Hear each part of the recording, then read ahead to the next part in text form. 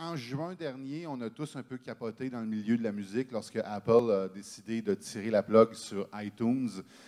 C'est pas vraiment aussi dramatique que ça en a l'air, mais sur le coup, la nouvelle qu'on a reçue, c'est que les ventes de disques en ligne, d'albums en ligne, c'est un peu fini. On se dirige vers le streaming, l'écoute en continu. C'est ce qu'on va faire à partir de maintenant.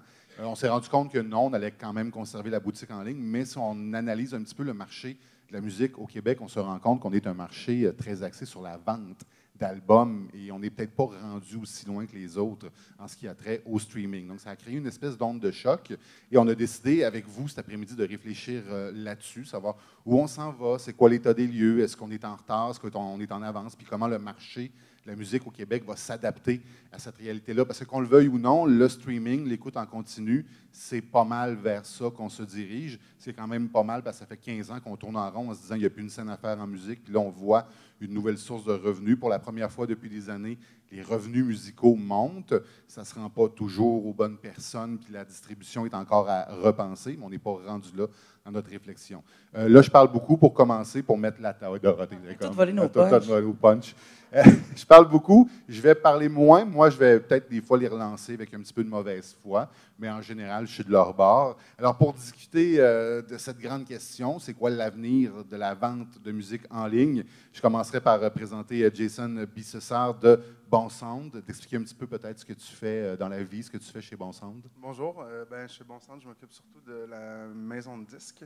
Il y a plusieurs départements, alors je m'occupe principalement des sorties d'albums. Voilà, merci Jason. Romuald Jamais aussi à ma gauche, professeur à l'Université du Québec à Chicoutimi. Tu es plus un observateur, si on veut, du milieu de la musique. Oui, bonjour à tous. Donc, moi, je suis sociologue de la musique et des cultures numériques. Et très récemment, on vient de faire un rapport avec Jonathan Roberge sur la curation des contenus musicaux francophones québécois en régime de streaming. Donc, on a quelques tips à dire dessus. Et à ma droite, Dorothée Parent-Roy, qui disait tantôt sur ma feuille qu'elle était distributrice, mais c'est pas vrai, c'est écrit directrice, la distribution numérique. C'est pas une machine à chip. pas une machine à chip.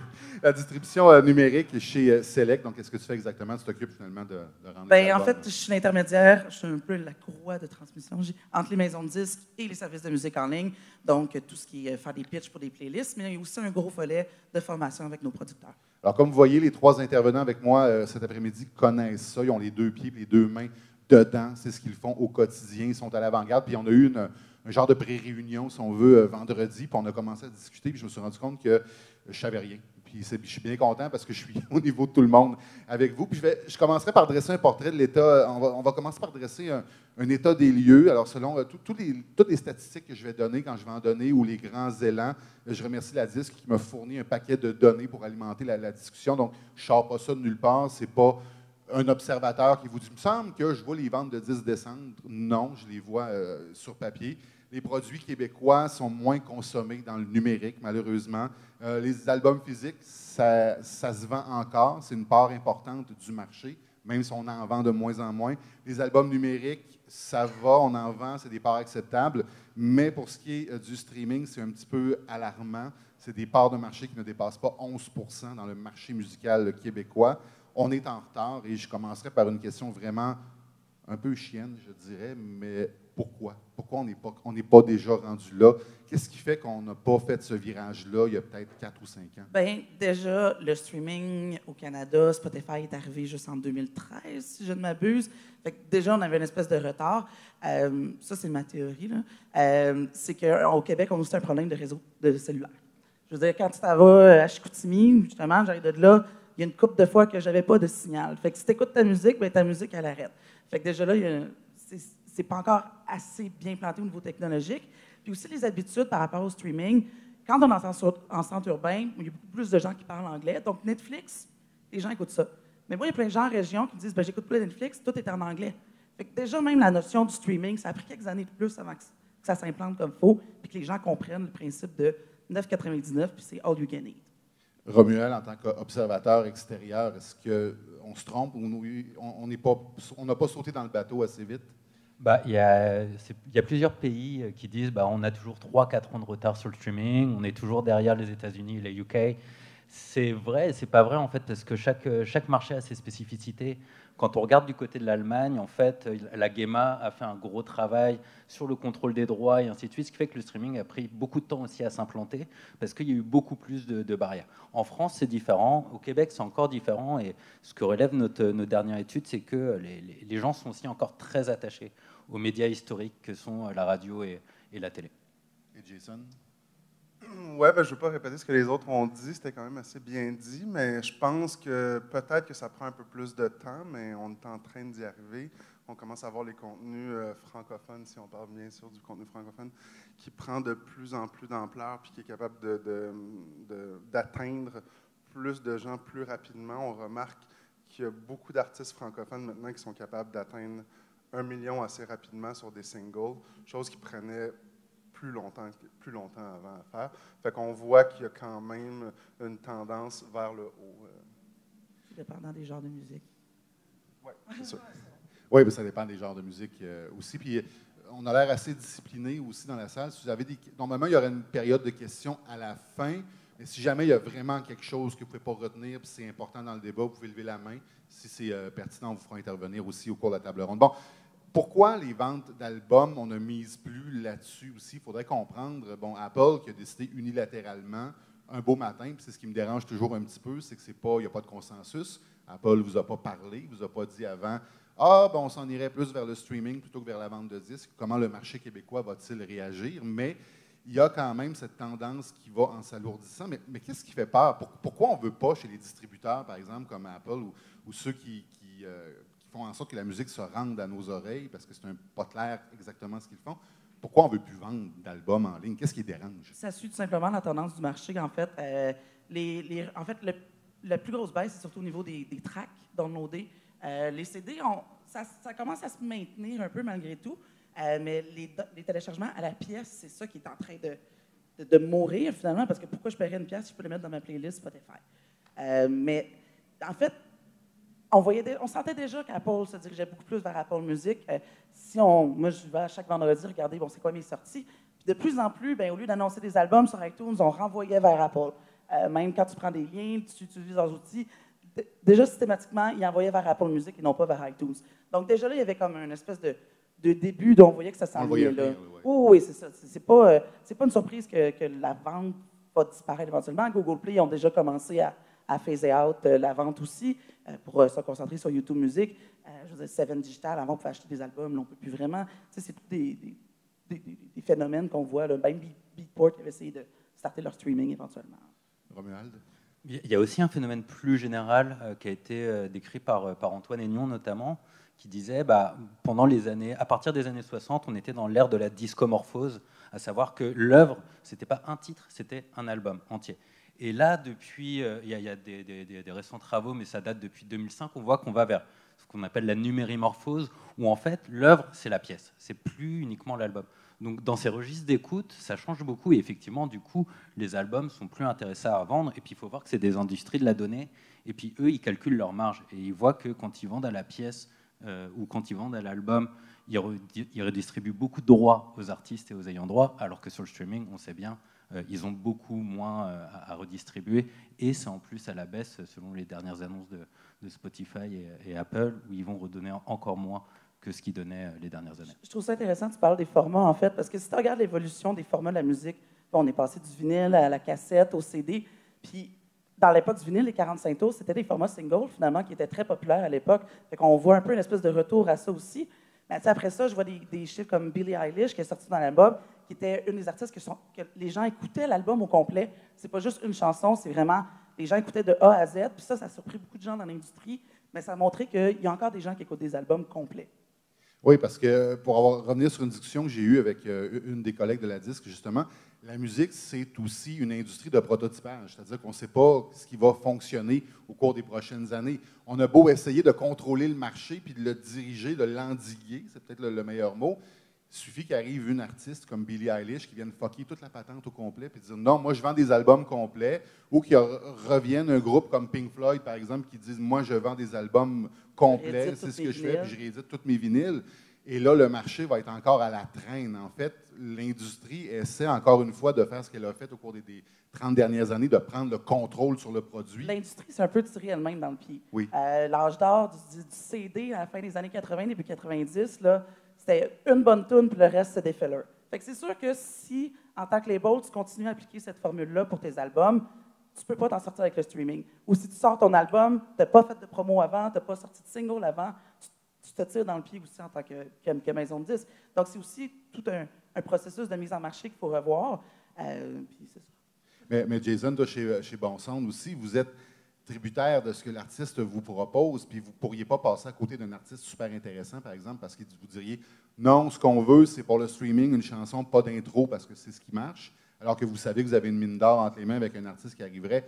Au final, c'est encore l'artiste qui aura le dernier mot sur ce qui va être proposé. Oui, ça c'est sûr. Les artistes chez Bon Sound ont 100% du contrôle créatif. Mais je pense qu'il est important de souligner aussi, c'est qu'il y a d'autres canaux de monétisation. Les droits voisins, c'est très important. Le publishing prend de plus en plus de place maintenant qu'il y a de plus en plus de contenu qui se crée, en fait. Fait que l'image à la musique, je pense que même le live, là, peut-être que c'est un peu saturé, mais on a vu qu'il y a de plus en plus d'opportunités pour jouer en salle. À chaque soir, il y a des shows à Montréal, au Ritz, à la Casa, ici, à l'Anti, à l'Impérial. Il y a des bandes en tournée tout le temps. Fait que, oui, peut-être qu'on perd un peu de vente physique et digitale, mais il y a d'autres canaux de monétisation qui sont aussi intéressants. Fait que, dépendamment de l'artiste, on peut se dire que tel artiste, ça passe par là, puis tel artiste, ça passe par là. Fait que c'est un travail qu'il faut faire, de voir comment on peut monétiser l'art de nos artistes. Ça ne passe pas tous par le streaming. Parce que j'avais... Oui, non, mais j'allais dire, il y en a que ça passe encore par le CD physique aussi. T'sais. Après ça, c'est une question de démographie, de genre musical. Bon Sound, c'est dans le créneau Spotify. Je veux dire, ce que vous sortez, c'est pas de la musique de petits vieux, là. Non, mais, dans 30 ans, ça dans sera... 30 ans peut-être, là. Mais tu sais, comme des gens comme Guylaine Tanguay, Mario Pelcha, ça s'adresse à des gens qui sont hors des grands centres, qui sont en région. Donc, on en revient un peu aussi à la pénétration du stream hors des grands centres urbains. Puis c'est des gens, justement, Guylaine Tanguay, on a fait 3000 clés USB. Qui c'est qui fait ça en 2018 qu'on a fait ça? C'est comme, ça n'avait juste aucun sens, mais crime, on les a toutes vendus. Ça a marché. Oui, ça a marché. C'est ça le problème. Ça. Ou le problème, non, non, pas le problème, mais non, c'est parce que ça vient, comme je disais, l'artiste vient tirer un grain de sable là-dedans en disant, c'est parce que c'est elle qui l'a demandé, Guylaine. Oui, mais c'est ses fans qui lui demandaient ça aussi. Fait qu'à un moment donné, ça dépend vraiment de ton audience aussi. Il n'y a pas de... Oui, le streaming, dans certains cas, ça nuit, mais dans d'autres cas, j'ai vu... Bon, on a mis l'album de Deux Frères, finalement, sur le streaming. J'ai pas vu de baisse dans les ventes physiques à ce moment-là, parce que c'était pas la même audience. Donc, à la limite, il allait chercher une nouvelle part de marché qui s'était fermée en n'étant pas sur le streaming à la base. Ça, c'est intéressant. Romuald, j'aimerais t'entendre là-dessus. Il n'y a pas eu de baisse de vente des albums parce qu'on l'a mis en streaming. Est-ce que c'est une conception erronée qu'on a du marché de dire qu'il y a une tarte puis que ce qu'on vend à gauche, on le perd à droite, alors que ce n'est pas nécessairement le cas? Parce qu'on l'a vu dans le piratage. On s'est rendu compte à un moment donné que les gens qui pirataient, c'est ceux qui dépensaient le plus pour acheter de la musique. Est-ce qu'on prend le problème à l'envers en se disant, ce que je mets en streaming, je ne le vendrai pas en album? Est-ce qu'on a encore cette mentalité-là ici? Alors, pour ici, en fait, les personnes qu'on a interviewées pour notre enquête, elles disaient clairement, moi je suis attaché aux anciens médias. Juste préciser l'enquête exactement. Oui, donc l'enquête menée pour la SODEC sur la curation des contenus francophones québécois. Puis les gens disaient, mais moi j'écouterais de toute façon. Donc en fait, chez les plus jeunes, il y avait cette logique de dire, je vais d'abord aller écouter sur le streaming. Je vais voir ce que ça donne, et puis je vais aller soutenir ma scène, je vais aller acheter le CD, je vais aller au show si je peux y aller, parce que le prix des tickets augmente aussi, des billets d'entrée.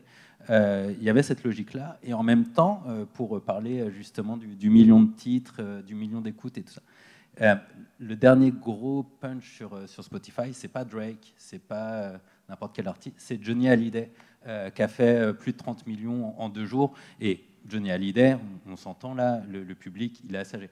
Donc, de fait, il n'y a pas de vase communicant, il n'y a pas de silotage complet. Par contre, effectivement, il y a des stratégies marketing qui sont plus adaptées à certains publics, à d'autres selon les styles et selon les artistes. Ouais, Jason, chez Bon Sound, est-ce que vous constatez la même chose? Que ce que vous vendez n'a pas d'effet sur ce que les gens écoutent en streaming et vice-versa? qu'on vend... Attends, je pense que je n'ai pas bien compris. Je veux dire, le fait que les gens écoutent l'album en streaming, ça n'a pas d'effet sur les ventes. Est-ce qu'on vous vendez moins d'albums parce que les gens l'ont écouté en streaming? C'est vraiment difficile à dire parce que, je veux dire, ça change à chaque 6 mois, les tendances, on voit, on fabrique de moins en moins, on place de moins en moins d'albums en magasin. Fait que c'est vraiment difficile à dire pour nous parce qu'on n'est pas une business qui a des artistes qui vendaient historiquement des centaines de milliers, puis là, tout d'un coup, on se ramasse avec rien. T'sais. Je crois qu'on a certains artistes qui ont bien vendu, comme Lisa Leblanc, par exemple, dans le temps, qui a déjà vendu 100 000 albums. C'est sûr que si on sort un nouveau Lisa Leblanc, elle ne va pas vendre 100 000 albums. Quand tu parlais de placement en magasin, il n'y en a pratiquement plus. Il n'y en a pratiquement plus, non. Un de nos plus gros disquaires, c'est Jean Coutu, nous autres. Je veux dire, ça n'a pas rapport. Fait que nous, notre réalité, c'est qu'on travaille avec des nouveaux artistes. Puis les nouveaux artistes, ils n'ont pas d'historique. Fait que c'est vraiment difficile à dire. T'sais.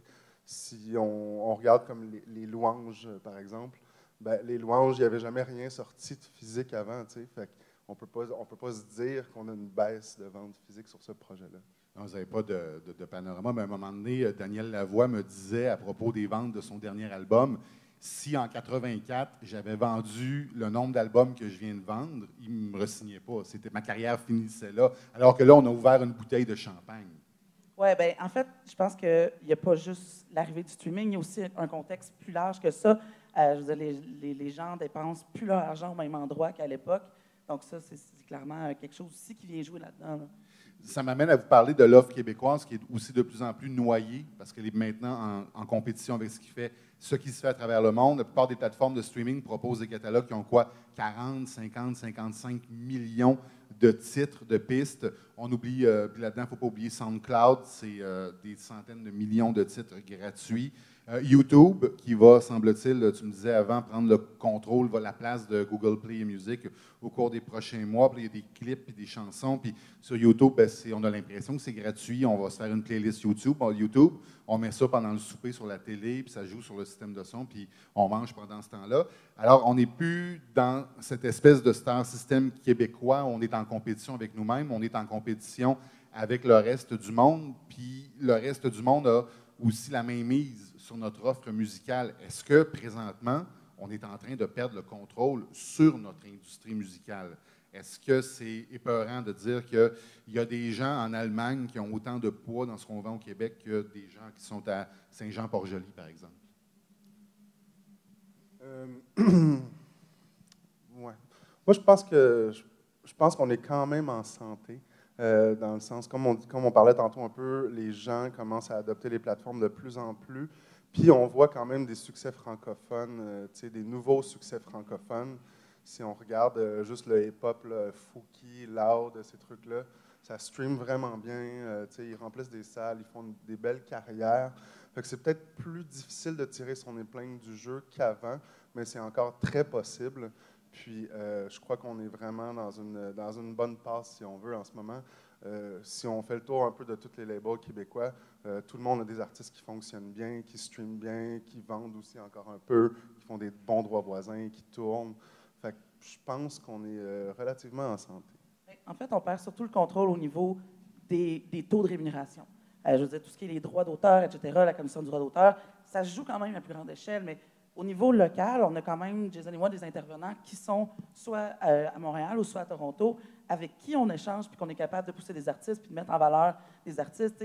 Quand Lara Fabian pogne un billboard à Toronto avec un album en français, c'est quand même nice. Tu fais comme, OK, ils ont de l'ouverture, ils sont quand même allés prendre un risque aussi, puis on n'a pas juste fait de l'affichage au Québec, finalement, pour une artiste qui est quand même connue internationalement. Là, mais...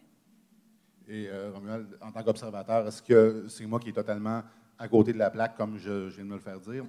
Est-ce qu'on est en train de prendre le contrôle, de perdre le contrôle de notre industrie musicale, ou je suis juste trop pessimiste?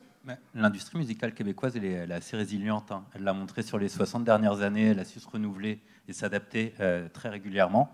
Pas avec 5 ans de retard tout le temps, mais quand même assez proche. Mais par contre, ce qui est évident, c'est que avec la perte de tout ce qui était lié au quota radiophonique, télévisuel et ainsi de suite, le public a toujours écouté de la musique anglophone, peut-être pas germanophone, mais au moins hispanophone, continue à l'écouter. Sauf que avant, ils allaient l'écouter en allant chez leur disquaire, en allant sur des web radios et ainsi de suite. Maintenant, ils le font via le streaming. Donc nécessairement et structurellement, les taux d'écoute de musique francophone baissent. Donc forcément, il y a moins de revenus à rentrer dans l'industrie. Et donc forcément, il va falloir un petit peu plus encore de résilience pour l'industrie, pour continuer à aller de l'avant. Mais je n'ai pas trop de peur vis-à-vis de l'industrie québécoise, à condition que, et puis je pense que les professionnels le démontrent, ils savent démultiplier leur portefeuille, ils font plus que du franco, ils font différents styles, différents artistes. Et ça, c'est un phénomène qui est intéressant à voir, qu'on ne voit pas en France, par exemple. Non, mais tu parlais de l'industrie au Québec, on est résilient. Puis oui, je veux dire, au Québec, on est reconnu pour une créativité, une adaptabilité. Mais c'est pas grave. On est résilient. Ah oui, c'est ça. Mais en fait, je voulais amener le point de ta mise en marché des albums. Les maisons de disques ont aussi un rôle à jouer là-dedans dans la façon de se mettre en valeur. Je veux dire, souvent, j'ai des artistes qui me disent « Ouais, mais là, je n'ai pas été ajouté à la playlist Spotify. » Ouais, mais tu n'as même pas mis le lien de ton album sur ta page Facebook. Donc, à un moment donné, il y a une certaine part de responsabilité aussi qu'il faut peut-être se regarder un peu et se dire « OK, c'est quoi nos pratiques? Comment qu'on... Est-ce que je pitch de l'argent partout dans le marketing en espérant que quelque chose pogne puis que quelque chose stick, comme on dit? Ou justement, on va aller voir les analytics, on va aller chercher les données que tu peux aller chercher sur Facebook, chercher les données sur ton streaming, puis mieux dépenser finalement, puis mieux investir pour faire ta promotion. Je vais faire un peu du pouce aussi sur ce que Jason disait. Bon, moi, je fais de la radio dans la vie, j'ai des chiffres de radio. Je parle avec des auditeurs presque quotidiennement. Je fais découvrir de la musique, j'essaie de le faire. Puis je le vois à vue de nez, là, sans avoir de statistiques, mais on reçoit de moins en moins de courriels de gens qui nous disent qu'ils ont découvert de la musique via la radio, mais qui nous suggèrent plutôt des choses qu'eux-mêmes ont découvert à l'extérieur de la radio. Je vais toucher un point sensible, je regarde Solange, mais les quotas ont fait pour beaucoup. On s'est battu beaucoup ici au Québec pour imposer à la radio des quotas. Si la radio n'a plus le rôle de prescription qu'elle a maintenant, puis que les gens découvrent des choses via les playlists, par exemple, puis que là, c'est complètement ouvert, est-ce que, je reviens sur l'idée du contrôle, est-ce qu'on a assez confiance en nos produits pour dire je suis capable de compétitionner avec ce qui se fait partout dans le monde, puis ça va trouver son public, ou va falloir penser à peut-être mettre en place des mesures qui vont faire en sorte de protéger le marché ici. Là, je sais que je touche un point sensible, puis en même temps, il faut l'aborder à un moment donné, cet éléphant dans la pièce-là. Déjà, la radio, les gens l'écoutent encore. Là. Je ne me rappelle plus où que la disque ont probablement des chiffres, mais c'est quand même une grosse source de découverte. Surtout hors des grands centres urbains. Il y a toujours cette espèce de dualité-là au Québec. Dans le fond, si tu regardes des artistes justement qui pas une fois à Montréal, mais tu t'en vas en région, personne ne sait c'est qui, puis vice-versa aussi. Je veux dire, des artistes comme Irvine Blais, là, à Montréal, tu parles de ça, personne ne sait c'est qui, mais c'est une superstar du country, il fait des tournées au Nouveau-Brunswick, il fait des tournées en région, il fait 5 titres. C'est encore toujours cette dualité-là. Puis pour ces gens-là, la radio, ça fonctionne encore. Mais c'est ça. Est-ce que, Romuald, va falloir commencer à penser à prendre peut-être légalement le contrôle de ce qui se fait sur les plateformes d'écoute en continu? Moi, ça me semble très compliqué parce qu'il ne faut pas oublier, en fait, c'est un petit peu l'éléphant qui est caché là dans cette pièce, c'est que les industries dont on parle, que sont Spotify, Apple, ça, ne sont pas des industries musicales.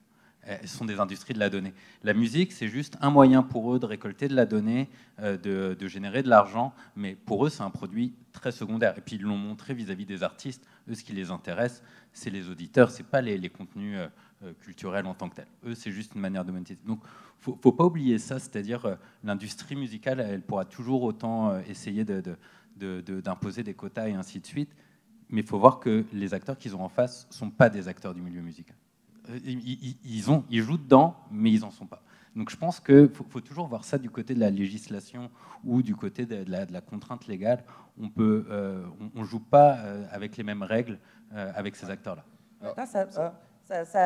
Il y a un petit danger aussi avec ça, d'imposer des quotas sur la net, parce que comment tu le fais? Est-ce que je vais faire du throttle? À ce moment-là, ça vient jouer tout dans la notion de neutralité du web. Parce que si tu dis, la musique francophone va se télécharger plus vite sur ton téléphone, tu fais comme, OK, mais qu'est-ce qui empêche à ce moment-là d'empêcher d'autres choses de venir, puis de dire, ce film-là, on ne veut pas qu'il soit diffusé au Canada, fait qu'on va le ralentir le plus possible. Mais toi, chez Bon Sound, est-ce que ça vous aiderait dans votre travail si, par exemple, on disait à Spotify, quand ton adresse IP de l'utilisateur est branchée au Québec, lorsqu'ils arrivent, ils lancent son application, ce qu'on lui propose en premier, c'est de la musique québécoise produite ici? Bien, Je pense que, premièrement, ça serait impossible d'avoir des quotas en streaming. Je veux dire, ça serait impossible. Je n'ai aucune idée comment ça pourrait se faire. Puis, deuxièmement, je crois qu'il y a quand même une volonté des services de streaming de mettre de l'avant le contenu francophone.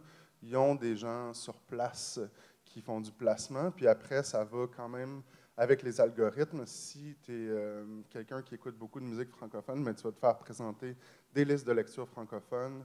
Tu vas te faire présenter des artistes francophones quand tu vas, je ne sais pas si tu écoutes tout l'album de Loud, par exemple, ben après, il y a peut-être Fouki ou Dead Obies ou White Bee qui commencent après. Fait que les algorithmes sont en place pour que, justement, si nous, ce qui nous intéresse, c'est la musique francophone, c'est quand même ça qu'on va se faire présenter. Moi, j'ai tout le temps dans mes daily mix, les playlists d'algorithmes de Spotify, j'en ai tout le temps une que c'est exclusivement du francophone. Sauf que bon, ça ramène un petit problème que le francophone est souvent considéré comme un genre par les algorithmes. Puis ça, c'est avec l'utilisation des gens que maintenant, ces algorithmes-là qui sont des intelligences artificielles, donc ça apprend éventuellement, bien là, ils vont comprendre, OK, bien un Loud, c'est pas à mettre dans la même catégorie que Louis-Jean Cormier, par exemple. Et quelqu'un qui aime Louis-Jean Cormier risque d'aimer Radiohead peut-être plus que Loud à ce moment-là. Toi, tu as fait un gros nom pendant que je posais ma question à Jason. Vas-y, pourquoi je suis dans le champ complètement? Non, mais en fait, c'était plus par rapport aux réactions plutôt technophiles de mes collègues. Nous, nos travaux, ils montrent qu'en fait, effectivement, si on est dans le francophone, on va se faire recommander quelques artistes francophones, mais la qualité de la recommandation est assez nulle, en fait, dans le sens où même les gros écouteurs de francophones, au bout d'un moment, les artistes québécois, ils vont passer sous le radar des algorithmes. Et ça, les industries de la donnée, elles ne sont pas prêtes à transformer leurs algorithmes juste pour le marché québécois. Et donc, à cet égard, même si on n'écoute que du francophone et qu'on est très développé là-dessus, et du francophone québécois, au bout d'un moment, on risque de tourner en rond très rapidement et être dans une bulle de filtre très rapidement. Donc, moi, je ne serais pas dans l'attente de croire que ces industries de services vont modifier leurs algorithmes pour une meilleure recommandation. Et je ne suis pas sûr que l'intelligence artificielle soit déployée sur ça dans le cadre des services de streaming. Mais il y a quand même une façon de jouer les algorithmes. Puis là, là, je vais juste lever la main là-dessus parce que je suis le nono de service. L'algorithme, dans le fond, c'est l'intelligence artificielle qui décide de te faire des suggestions. Puis c'est le nerf de la guerre. Netflix a investi des milliards de dollars dernièrement dans le développement d'un algorithme qui te fait une bonne suggestion après que tu aies fini d'écouter Stranger Things 3 là, pour s'assurer que tu restes là. Et ça, c'est quelque chose qu'on ne contrôle absolument pas. C'est quoi notre relation avec les grands services de streaming? Est-ce qu'ils ont intérêt à nous satisfaire là-dessus? Ils ont définitivement intérêt pour les annonceurs. D'un point de vue des annonceurs, je veux dire, si tu es une marque qui veut pénétrer le marché du Québec, tu n'as pas le choix de t'adresser au Québec. Puis, comme tu disais, c'est des entreprises qui vendent de la donnée. Donc, si tu veux vendre de la donnée qui fonctionne au Québec, bien, il faut que tu livres du contenu qui va intéresser les Québécois pour qu'ils puissent te donner de la donnée, éventuellement. Puis, quand tu disais les artistes qui passent sous le radar, c'est là que je reviens plus à la mise en marché. On a une responsabilité aussi de ne pas dire, bien, mon plan marketing, c'est d'être dans une playlist, puis that's it. Je veux dire, il faut être capable, d'après ça, susciter un engagement avec le fan pour que le fan revienne écouter ton album. Puis ça, c'est quelque chose, en fait, qui est intéressant. Les playlists, pour nous, notre catalogue, à peu près 20% des écoutes qui viennent des playlists éditoriales ou des algorithmes.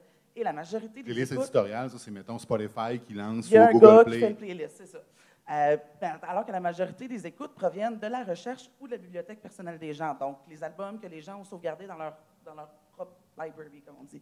Donc, ça aussi, il y a une question de comment on fait pour développer cet engagement-là. Parce que, bon, ce qu'on voit souvent, c'est que le streaming a retiré l'âme de la musique, en fait, cette espèce de connexion-là, de si je tiens un objet, j'ai un attachement. Bien, est-ce que peut-être qu'on pourrait essayer d'aller voir de ce côté-là, comment ramener ça un peu? Moi, juste pour renchérir un peu, les algorithmes sont quand même basés sur les traces qu'on laisse. Fait que c'est quand même nos habitudes d'écoute qui forment l'algorithme. Puis ensuite, juste pour renchérir sur ce que Dorothée disait, il faut quand même breaker l'algorithme. Il faut avoir assez de plays organiques, puis il faut faire sa marque assez pour être suggéré. T'sais. Si tu es un nouvel artiste et que tu n'as quasiment pas de monthly listeners, tu ne vas pas tomber dans l'algorithme. Et pourtant, on sait que ça existe. Oui, juste une seconde, après ça, je vous donne la parole. Pourtant, on sait que ça existe. Il y a des artistes, il y a des compagnies de disques qui engagent des gens, qui payent, qui achètent des écoutes sur les grands sites. Encore là, on entre en compétition avec des choses qui ont... on ne comprend même pas encore tout à fait. Comme on le fait, il y a des gens sur Instagram, des influenceurs, entre guillemets, qui achètent des abonnés. Il y a des artistes qui achètent des écoutes. Ben là, il y a un regroupement de majors qui viennent de faire un espèce de bill de bonne foi, en fait, là, qui n'a aucune valeur légale, comme de quoi, éthiquement, il n'allait pas tricher les streams. Bon, après ça, tu sais, les majors disent oui, je ne vais pas booster mes streams en possédant Filter, Digster et Topsify. Je veux dire, ça, c'est des créateurs, des curateurs de playlists qui appartiennent aux majors. Donc, les majors, ils poussent leur propre contenu, mais la plupart des gens n'en ont aucune connaissance. Vous aviez une question? Oui. Moi, je m'appelle Tessa, je suis manager d'artiste, je suis nouvelle dans le milieu. Je suis peut-être un peu naïve, mais il y a quelque chose que j'observe et que je ne comprends pas. C'est que notre musique locale n'est pas mise de l'avant, comme le terroir, comme nos restaurants, comme nos places touristiques. Hier soir, je suis à mon hôtel, je regardais la revue, voilà. Il n'y avait pratiquement rien au niveau de la musique. Pourquoi qu'on ne les met pas de l'avant? Pourquoi que, quand ils sont dans l'avion, quand ils s'en viennent, Déjà l'imprimé, en fait, pourquoi on n'entend pas... Je vais juste répéter la question, c'est parce que pour le streaming, le web, c'est pourquoi, en fait, on ne met pas de l'avant notre musique comme on le fait pour notre terroir, pour nos restaurants? Pourquoi ce n'est pas une valeur, si on veut, avec l'industrie? Ces gens-là travaillent en avance. C'est le Je reviens sur l'industrie de prototypage. On ne sait pas ce qui va fonctionner. Non, mais en fait, pas juste ça. Je veux dire, il y a quand même une espèce de cycle pour rentrer dans le voilà. Il faut que tu fasses ton pitch 3 mois avant ta sortie d'album. Sauf que le 3/4 du temps, le label va savoir 2 semaines avant qu'il y ait un album. Ou tu sais, j'exagère, mais souvent, c'est comme l'artiste, surprise, je t'ai fait un album, tu peux-tu le sortir tout de suite? Puis ils attendent que ce soit en ligne le lendemain, parce que ben, le numérique, ça va vite. Mais si tu fais ça, tu viens scraper toute ta mise en marché, tous tes médias que tu peux aller solliciter. Pour mettre des plans comme ça, il faut revoir notre façon de faire l'industrie. Historiquement, les gens sortaient un album et ils faisaient leur promo après. Maintenant, tu restes sur les tablettes des magasins pendant 2 semaines maximum, autant en physique. Donc, il faut que tu travailles en amont. Fait que déjà là, si les producteurs sont encore sur le timeline du CD, ça ne peut pas fonctionner. J'ai des gros singles que je reçois 2 jours avant la sortie. Je ne peux même pas faire de pitch pour que ça soit playlisté parce que je ne serai pas dans les délais prescrits par Spotify, qui me demande 5 jours, ce qui est quand même pas énorme. C'est sur les sites du tourisme du Québec qui auraient des playlists. Non, mais ça me fait. Qui aurait des CD dans les boutiques d'hôtels, qui en aurait dans les boutiques hors taxes, des clés USB. Mettons-la de l'avant, notre musique. Mais ça, c'est drôle parce que ça m'amène à un point que je voulais amener un petit peu plus loin dans la discussion, que je trouvais un peu fou, mais que je voulais suggérer comme ça, puis on va y aller tout de suite. C'est si on n'est pas capable de contrôler ces fameuses playlists-là via, par exemple, les sites de streaming qui les offrent, est-ce qu'il y aurait moyen de contrôler l'intelligence artificielle en créant, par exemple, une couche supplémentaire en disant si tu veux découvrir la musique québécoise, on va t'en faire, nous autres, des playlists, puis on va les pointer vers les différents sites qui ouvrent cette musique-là, c'est-à-dire de créer une espèce de couche là, entre le consommateur et le logiciel et l'application de streaming. Est-ce qu'on est... Bien, ça, c'est quelque chose, j'ai déjà comme mentionné, je pense aux rencontres, il y a 4 ans, que ça serait cool qu'on ait plus de curateurs locaux. Il y a aussi cette notion-là de Pitchfork, Vice, ils ont toutes leurs playlists, ils sont capables de lancer une track parce qu'ils ont des abonnés. Au Québec, il y a les playlists éditoriales de Spotify, puis That's About It. Bien, Ensemble, vous en faites aussi. Maintenant, il y a des labels qui ont leur compte curateur sur Apple, sur Spotify, sur YouTube aussi, des chaînes pour organiser. Je veux dire, YouTube, il ne faut pas oublier aussi l'algorithme que moi, combien de gens m'ont dit « Ah, ben je suis tombé dans une espèce de trou noir de spirale de YouTube, puis j'ai juste cliqué sur les affaires suggérées. » Bien, s'il y avait, mettons, une chaîne La musique du Québec sur YouTube, puis il y en a, là, surtout des affaires de nostalgiques, bien ça pogne plein de vues, là. Puis les gens l'écoutent comme ça parce que, justement, ils cherchent la musique francophone. Fait que pourquoi on n'a pas, justement, des gens comme Ici Musique, peut-être, qui pourraient faire leur playlist sur Spotify? Je ne peux pas répondre à ça parce que ça implique trop d'affaires que c'est une question de mauvaise foi, moi aussi. Non, elle est très correcte parce que, non, c'est vrai, puis si j'étais pas... C'est comme un Claude Rajotte, mettons, qui n'est pas lié de ce que je cherche. Ça. Ben, en fait, c'est ça. Tu sais, je serais curieuse, moi, d'aller écouter ces listes d'écoute, tu sais, ou même aux artistes locaux, ou même Louis Bellavance, c'est quoi ce coup de cœur dans la dernière année, tu sais? Parce que, bon, vous le faites, mais généralement, vous allez mettre des artistes, excuse-moi, qui sont sur votre label, vous n'allez pas chercher ailleurs. Oui, c'est ça. Puis, je veux dire, on n'est pas super assidus non plus sur les mises à jour de nos playlists. Mais par contre, c'est une très bonne idée. Puis, je crois que s'il y avait des gens, justement, des gens qui ont un gros reach, qui pouvaient justement... les influenceurs YouTube, est-ce qu'on pourrait aller les approcher et dire « Hey, gang, vous êtes capable de rejoindre le monde? Est-ce qu'on peut faire une collabo, quelque chose du genre, tu sais?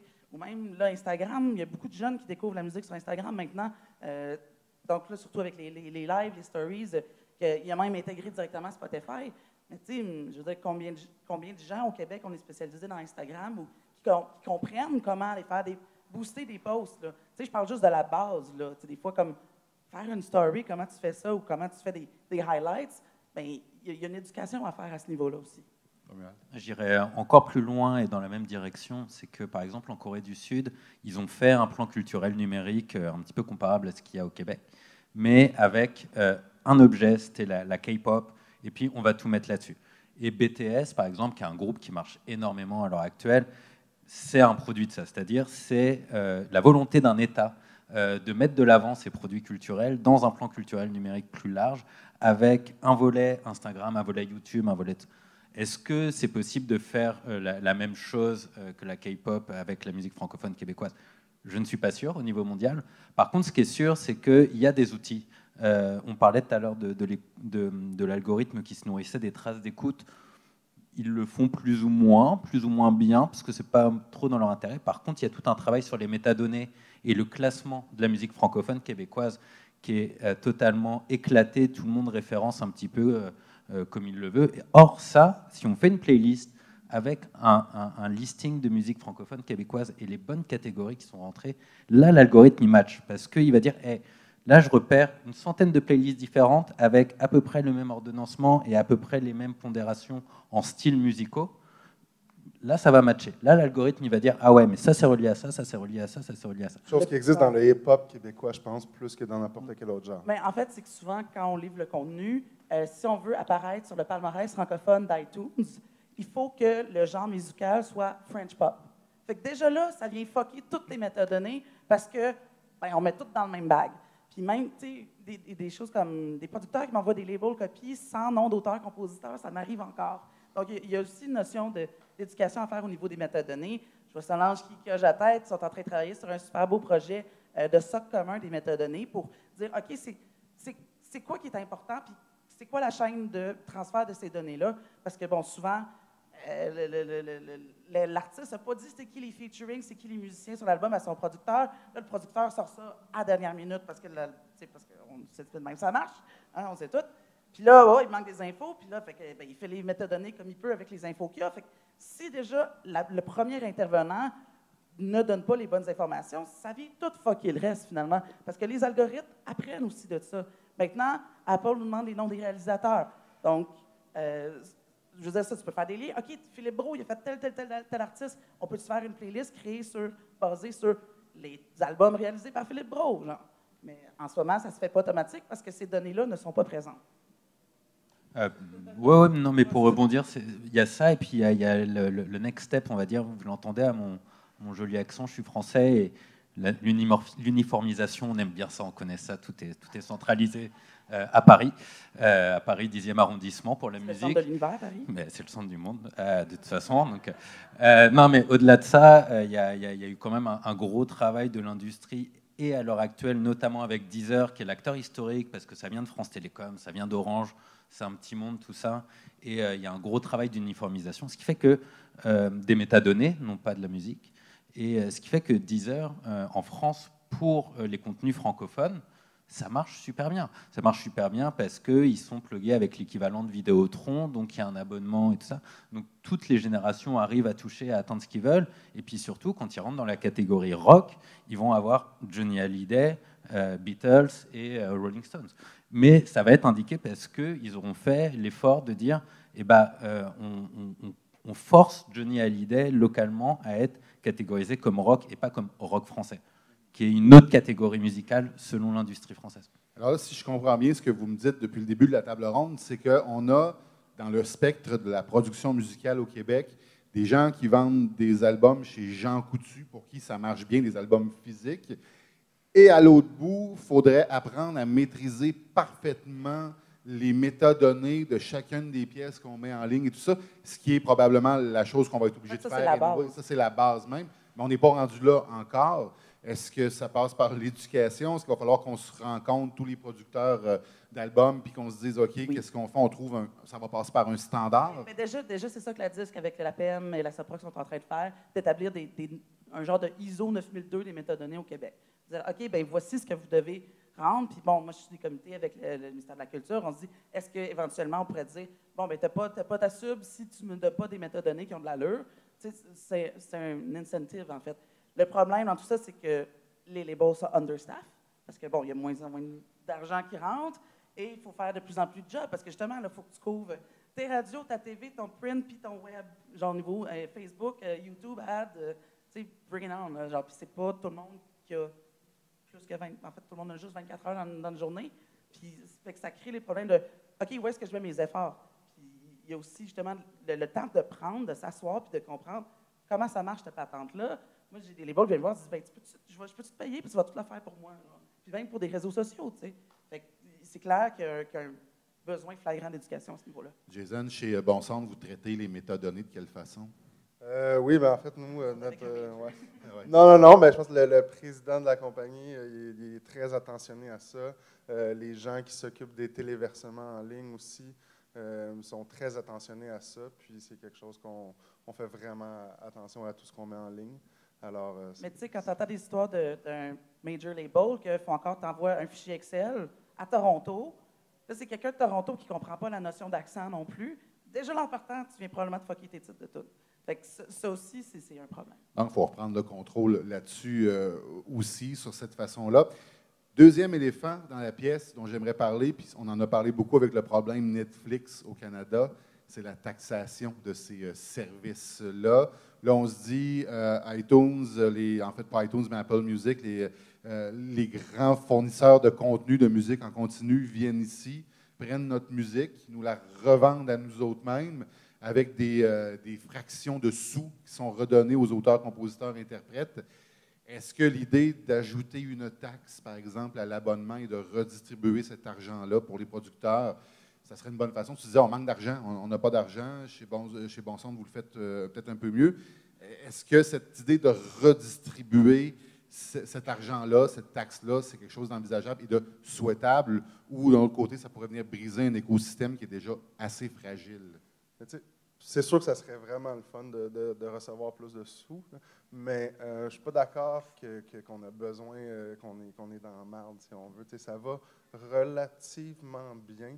Puis je pense qu'il y a de plus en plus des boîtes de management qui ouvrent des nouveaux labels. C'est ça, c'est que l'industrie se transforme. Ce qu'on voit, c'est Taylor Swift qui vient de signer un label. En fait, elle n'a pas signé un label deal.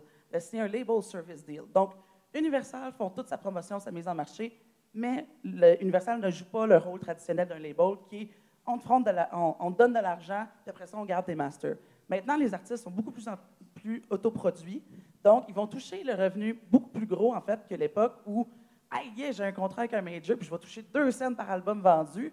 Bien, on n'est pas vraiment plus loin que maintenant, l'artiste autoproduit qui touche tout l'argent dans ses poches. Ou des licences, ou des splits 50-50. Mais ça, je reviens sur l'idée de la démographie. Ça fonctionne dans la mesure où tu as des millions et des millions et des dizaines de millions d'écoutes sur ces plateformes-là. Malheureusement, je ne vois pas, ça a beau être le fun loud, là, mais je ne le vois pas pour l'instant à court terme aller chercher 10 ou 15 millions d'écoutes sur un service en continu. Alors, encore une fois, cette idée-là de dire à ces services-là, vous venez ici, puis on n'a pas... Vous êtes en train de cannibaliser notre industrie, d'une certaine manière. Vous allez payer peut-être, chaque abonné va peut-être payer $1 de plus par mois, puis on va le redistribuer à l'industrie musicale. En fait, tu parles de distribution, puis c'est là que un peu le nerf de la guerre. Le problème en ce moment, c'est que les rémunérations de Spotify sont calculées par part de marché. Donc, moi, j'écoute Rosalia, que j'aime bien ces temps-ci. J'écoute juste ça pendant un mois, juste ça. Bien, mon 10$ ne va pas aller à cet artiste-là. Elle va recevoir une coupe de scènes de mes écoutes, mais la majorité va aller aux artistes du top 40, finalement. Parce que c'est comme, on prend la pointe de tarte puis on divise, puis là, ben, moi aussi, ton stream vaut tant. Fait que plus aussi les gens vont écouter plus de tunes, plus le taux de rémunération va baisser aussi, ce qui est un autre problème. Puis là, on ne parle même pas de la musique classique, parce qu'on y va au nombre de minutes écoutées. Parce que ça aussi, c'est qu'il y a des gens après ça qui sont défavorisés. Des tunes de 10 minutes, par exemple, vont être payées le même prix qu'une tatoune de pop qui fait 2 minutes et demie. Donc, Là, après ça, c'est quoi la solution? Deezer commence à parler de rémunération proportionnelle. Donc, j'écoute juste un artiste pendant un mois, mais mon argent va aller principalement à cet artiste-là. C'est là que les fausses écoutes sont vraiment dangereuses. Le stream farming, comme on appelle, qui existe, c'est vraiment un enjeu important parce que justement, si c'est des fausses écoutes qui prennent une part du marché... Ça coupe les revenus de quelqu'un d'autre.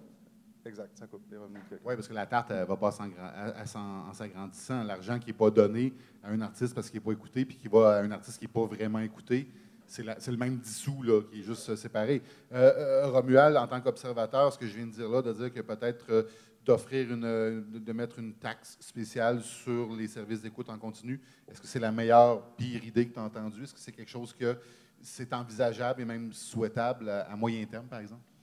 C'est un petit peu difficile pour moi de me prononcer. Par contre, ce qui est sûr, c'est qu'il y a d'autres moyens. Et puis là, on voit ce qui se passe en Europe, notamment avec la nouvelle régulation sur le droit d'auteur à l'ère numérique et tout ça.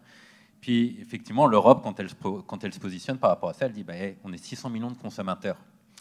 Au Québec, c'est pas la même game là. On s'entend que c'est pas les mêmes proportions, donc c'est difficile. Et puis, il pourrait y avoir le même effet que dans les années 70 avec l'industrie musicale, au Québec, quand le gouvernement essaye d'appuyer et de dire non, on veut plus, et puis l'industrie qui fait, les majors qui disent on part.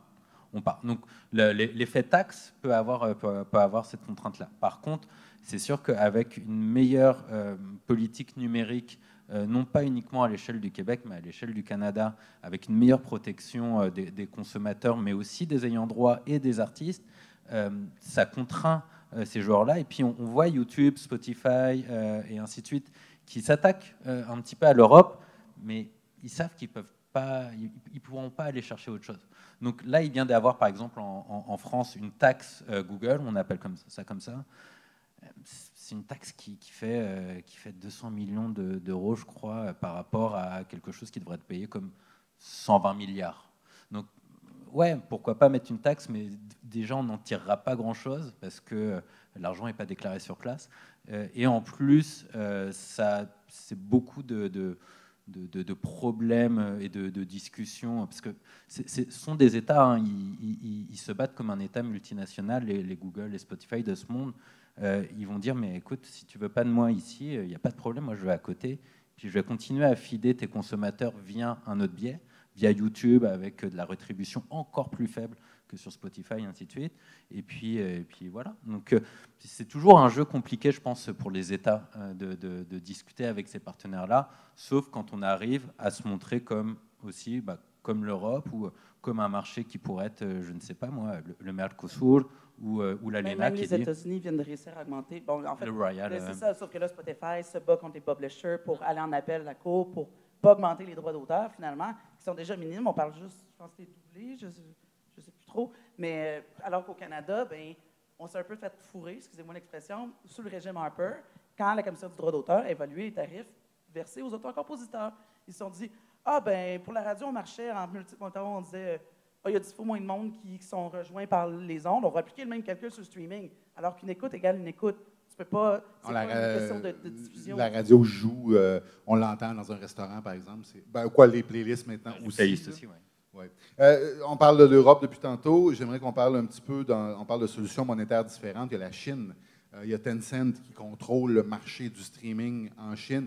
Évidemment, on n'est pas dans la même optique démographique du tout qu'au Québec, mais ils ont quand même trouvé des solutions pour être capables de financer leur marché musical. Entre autres choses, vous vous abonnez à Tencent, par exemple, un service, ils ont 3 services principaux, je pense. Q-Music. Dépendant des villes où tu es, régionaux. Et là, tu payes par mois, comme on fait ici, mais lorsqu'on met un album, une nouveauté en ligne, si tu veux l'entendre le premier mois, il faut que tu payes un supplément qui est redistribué. Est-ce que c'est quelque chose aussi que ça envisage? C'est même pas tant une question d'exclusivité que c'est vraiment basé sur les microtransactions. Donc, Tencent, c'est le réseau social, c'est leur équivalent de Facebook, et tu peux envoyer des cadeaux virtuels à tes amis. Déjà, cette notion-là, ici, on n'a pas ça, mais on peut gamifier de donner des cadeaux à tes amis à coût de 5 cents, 10 cents, etc. Comme tu joues à Candy Crush, tu t'achètes 10 vies pour 20$, puis après ça, tu dépenses ça parce que tu ne sais plus trop combien tu avais investi de toute façon. Ils font ça aussi du côté de la musique. Donc, un artiste sort une nouvelle tune, puis dans le fond, ça fonctionne un peu comme un tip jar, genre, j'aime ta tune, je vais te donner un 2$ de plus parce que là, je trippe vraiment, puis je t'aime, puis je veux que tu continues à faire de la musique. Il y a des artistes que leur source de revenus était 2 fois plus élevée de l'argent versé par les fans en extra que la rémunération même du streaming. Chez Bon Son, est-ce que vous seriez d'accord? Est-ce qu'on puisse donner des pourboires à vos artistes, par exemple? Ben oui, je vois pas pourquoi on serait contre. Ça serait super. Si tout le monde...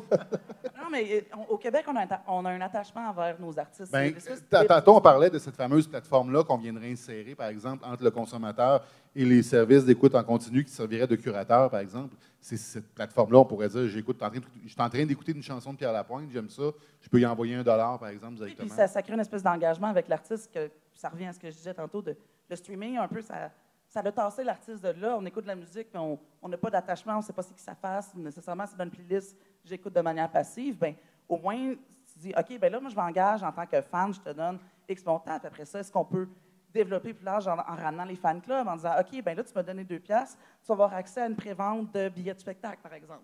Puis c'est là que ça peut devenir intéressant aussi. C'est peut-être aller vampiriser aussi les fameuses plateformes qui permettent le sociofinancement. C'est-à-dire que là, par exemple, on a déjà le produit.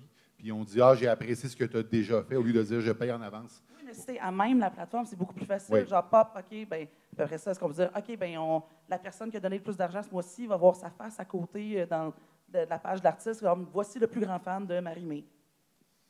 Ça pourrait être, on pourrait être surpris. On pourrait être très surpris. Troisième et dernier éléphant dans la pièce dont je voulais vous parler cet après-midi.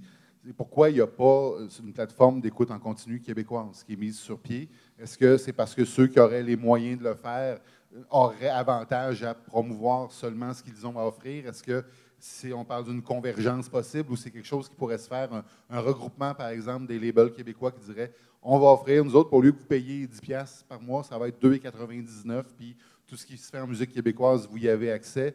Est-ce que c'est envisageable? On n'est même pas rendu à commencer à se parler là-dessus. Ben, Jason, le feriez-vous? Excuse-moi. Moi, je veux dire, je l'ai souligné, je pense, à notre appel, puis il y a déjà eu un essai avec Zik.ca. Mais Zik appartenait quand Qui appartenait à Québécois, mais ça venait aussi un peu, comme tu parlais, le modèle Deezer Orange. Ça venait avec l'abonnement Vidéotron, puis c'était quand même un bon essai, si on veut. Ça n'a pas fonctionné parce que, tu sais, je pense que, je veux dire, il y a d'autres plateformes que, tu sais, c'était un peu avant leur temps aussi. Le streaming n'était pas implanté à l'époque de Zik. Ben, il y avait Deezer déjà, puis ils savaient que t'avais Spotify s'en RDO, venait, fait que c'était comme le temps de le faire. Mais je pense que justement, tu sais, des plateformes comme Spotify puis Apple, c'est tellement gros, il y a tellement d'utilisateurs, les campagnes marketing sont tellement importantes que de compétitionner contre ça, c'est un peu se tirer dans le pied, je pense. Éventuellement, le catalogue est limité. Tu sais, oui, tu pourrais jouer la game des exclusivités, mais après ça ramène le piratage. Dans ce temps-là, on l'a vu avec Kanye West, quand il a sorti son album exclusivement sur Tidal, c'était l'album le plus téléchargé illégalement sur Pirate Bay. Donc, il y a aussi cette game-là qu'il faut faire attention, de dire, OK, s'il y a un nouveau joueur, mais qu'on fait juste du contenu exclusif, bien, les gens vont juste pas aller sur la plateforme, ils vont continuer à écouter ce que Spotify leur donne en disant, puis là, il y a encore moins de francophones parce qu'on a retiré les catalogues, etc. Mais on se vampirise. Oui, on se vampirise nous-mêmes. Je pense qu'il faut juste... Tu peux pas séparer, tu peux pas dire on va créer une plateforme juste québécois parce qu'il n'y a personne qui va y aller. Parce que moi, j'écoute pas juste du Québec, j'écoute aussi de la musique alternative américaine. Donc, je veux que les deux cohabitent au sein du même endroit. Sauf que là, éventuellement, d'une plateforme à l'autre, tous les catalogues sont identiques. Donc, comment tu fais pour te démarquer? Mais il y a des essais aux 2 semaines de faire des nouvelles plateformes par des artistes indépendants. Ça ne marche pas, ça prend beaucoup trop d'argent, ça prend un développement technique monstrueux et le mettre à jour régulièrement. Et puis, ce qu'il ne faut pas oublier, c'est que Apple, Spotify et YouTube Music, maintenant, changent les règles aux 2 semaines aussi. Ils changent leurs algorithmes, ils disent « Ah ben non, là, on va rétribuer autrement. Ah ben non, là, on arrête la vente en ligne. » Ils changent aux 2 semaines et c'est impossible de suivre, notamment pour des petits marchés considérés comme périphériques en termes de volume d'affaires, en termes de vente. Donc ça ne vaut pas le coup. Par contre, ce qui effectivement vaut beaucoup plus la peine, c'est d'avoir des plugins sur ces différentes plateformes qui disent on va te faire une recommandation un petit peu plus serrée, un petit peu plus fine, liée aux métadonnées, liée aux écoutes, liée au playlisting, qui va être interconnecté Apple, Spotify et ça peut être développé autant par un consortium industriel local qu'avec l'aide de l'État, qu'avec l'aide de... Donc, c'est plutôt, à mon sens, comme ça qu'il faut voir ça, mais parce que quand on est allé... Les API sont quand même relativement ouvertes pour faire ce genre de choses. Mais quand on est allé voir les gens pour notre enquête, les écouteurs, les auditeurs, ils nous ont dit ce serait vraiment le fun d'avoir une plateforme québécoise, gratuite. That's it. Ça, c'est si on met gratuit au bout, ça fonctionne toujours. Alors, si je comprends bien, puis si je résume un peu avant de vous demander ce dont vous avez besoin, ce que vous voulez vraiment, parce que je vous propose, je vous tire des idées depuis tantôt, mais dans le fond, je ne vous ai jamais demandé ce que vous vouliez, ce à quoi vous attendiez de tout ça, c'est qu'on oublie l'idée, c'est peut-être pas une bonne idée de perdre du temps à essayer de construire une plateforme québécoise, mais on pourrait peut-être passer par un financement puis une plateforme qui viendrait s'installer entre ce que le consommateur a envie d'écouter puis ce qu'on offre sur les grands services de streaming. Ça pourrait être financé de différentes manières. Il y a de l'argent à donner aux producteurs d'albums aussi pour pouvoir faire leur mise en marché puis acheter de la pub sur le web, etc. Avant de passer à la période de questions, Pour engager du staff aussi. c'est ça. C'est toujours le problème, hein, ça prend de En l'argent. fait, c'est le problème du web. En fait, Oui. on en parlait tantôt, que tu fais 10 millions d'émissions, il faut que tu déclines ton contenu sur différentes plateformes. C'est ça le problème en ce moment, c'est un manque de temps et de membres dans l'équipe, en fait, pour être capable de faire tout ça. Voilà. Jason, de quoi vous auriez besoin? De quel support vous auriez besoin pour pouvoir avoir l'impression de vraiment contrôler ce que vous présentez? Ben, c'est une question assez large. Moi, je pense qu'on contrôle quand même ce qu'on présente. Je crois qu'on a quand même un bon support. Je pense que si on parle de nos artistes francophones, le rêve, ça serait peut-être une association, peut-être plus avec justement l'Europe francophone, puis essayer d'agrandir un peu notre réseau. Le territoire francophone de l'Afrique du Nord. Historiquement, ça a été très difficile à faire. Fait que je veux dire, mais en même temps, je pense quand même que toutes les ressources sont là pour qu'on ait du succès avec nos sorties. Puis je crois fermement que tout part justement de la musique, de la façon qu'elle est présentée, des clips, des photos, du plan marketing, des équipes, des relations de presse. Puis tout ça peut faire en sorte qu'il y a un engouement assez pour justement trigger l'algorithme, puis genre, tu sais, vendre un peu, puis bien t'en sortir quand même. Fait que je pense que c'est vraiment juste de faire un bon travail sur soi-même. Sont où nos fans ou sont où nos potentiels fans, puis comment les rejoindre? C'est quoi mes canaux de monétisation? Est-ce que c'est plus le publishing, le streaming, la vente, les droits voisins, le live? C'est vraiment de penser à tout ça, puis après ça, de foncer dans la bonne direction. Prendre le temps de s'asseoir et d'analyser finalement ton marché. Romuald, qu'est-ce qu'on fait? Je vais aller next step par rapport à ce qui a été dit, c'est-à-dire nous, en tant que scientifiques, on est très intéressés par les effets du streaming sur la société, sur les auditeurs et sur l'industrie. Et nous, on a besoin de données pour ça. Et récupérer les données auprès de ces industries, c'est juste impossible. Nielsen a arrêté de produire des données sur le Canada, ou sur le Québec, pardon, parce que ça coûtait trop cher. Ou tout du moins, il réclamait à l'OCCQ le double pour reproduire les mêmes chiffres. Donc nous, ce qui nous intéresse en tant que scientifiques, c'est d'avoir ces données-là, et pour aussi fournir l'industrie, pour leur dire, écoutez, regardez comment ça se passe le marché par rapport aux données que vous avez chacun, vous. Spotify a les données de chacun des publishers, des managers, et tout ça. Mais sinon, on les avait aussi. Et si vous nous les partagez, on pourrait vous dire où va le marché, comment ça se déplace, et où vous faites avoir sur tel truc, et où, là, ça marche vraiment bien, tel type de campagne. Nous, ce qu'on veut, c'est ne pas donner la capacité d'ingérence totale à ces entreprises sur les données et les récolter. Et donc, on est en train de monter justement un projet de recherche transatlantique avec l'Afrique du Nord, la France et le Québec pour justement essayer de développer des aspirateurs de données qu'on développerait nous-mêmes pour voir vraiment comment ça se passe sur les différentes plateformes auprès de panels représentatifs d'auditeurs. Donc, cette fameuse plateforme dont on parle depuis tantôt qui s'insérerait entre le consommateur puis les services, ça pourrait servir aussi à ça, entre autres choses. Dorothée, de quoi vous avez besoin? En fait, comme je disais, la formation, je pense, c'est mon gros cheval de bataille, en fait. C'est pour ça que je suis ici aussi dans des panels comme ça. Puis c'est ça, puis en fait, c'est d'éducation, puis c'est de revoir un peu notre façon de concevoir la mise en marché d'un album, puis c'est de vraiment prendre le temps de bien faire les choses. Je pense que des fois, on précipite un peu trop les sorties de musique parce que, justement, ça bouge vite, mais de justement, comme Jason disait, d'arriver avec un bang, tu sors ton single, tu sors ton clip en même temps, tu as une campagne Facebook qui part, plutôt que je sors ma toune, mais là, j'attends de voir si j'en ai assez d'écoute pour avoir peut-être un Radio Star qui, là, va financer mon clip. Puis, il y a aussi ce problème-là aussi au niveau des organismes subventionnaires, en fait, que je sais qu'ils sont en train de modifier les programmes pour mieux refléter la mise en marché d'aujourd'hui, qui fonctionne beaucoup plus sur des singles que sur des albums. Quand je suis arrivé ici à midi, puis en préparant cette table ronde-là, j'étais relativement pessimiste.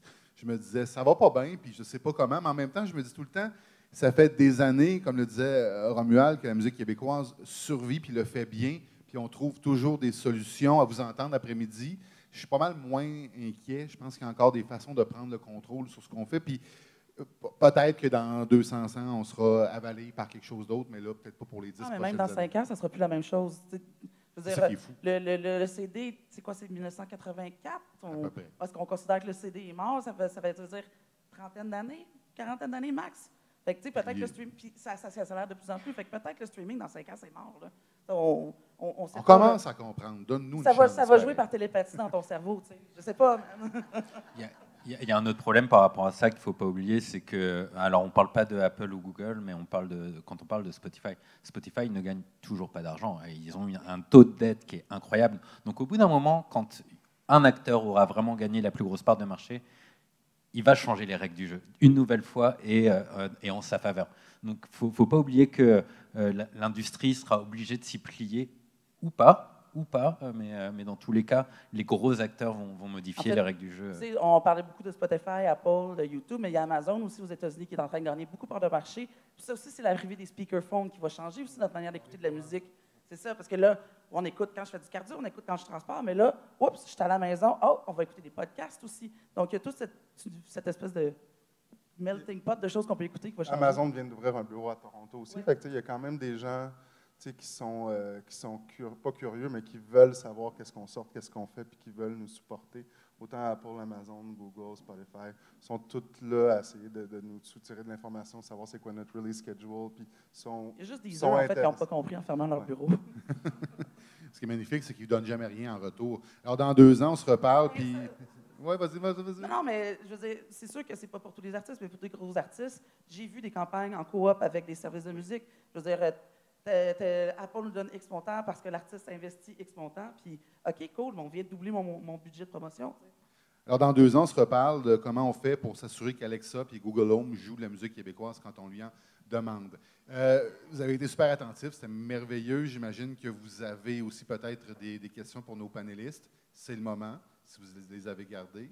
Sinon, il était Oui, derrière. De comprendre comme... On s'entend que le CD, la vente de CD physique au Québec, c'est comme bizarre, comme les statistiques, comme vraiment comme per capita, plus de ventes de CD que, je sais pas, partout ailleurs en Amérique du Nord, peut-être, je sais pas exactement. Même du côté du streaming, souvent, le nombre d'écoutes en termes de chiffres, à Montréal, va dépasser Toronto certaines journées. Ça, mais ouais, la question, c'est plutôt comme, je comprends un petit peu pourquoi, on dit comme dans les parties plus rurales, plus loin, dans le Québec, les infrastructures comme cellulaire et tout, l'Internet est moins rapide, fait que le streaming comme peut-être moins populaire. Donc, est-ce que c'est ça qui explique le CD ou c'est juste vraiment les baby boomers, parce que c'est encore des CD? Je vais reposer la question pour ceux qui écoutent via la captation Internet. En fait, ce que monsieur veut savoir, c'est le fait qu'on vend plus de CD au Québec que partout au Canada.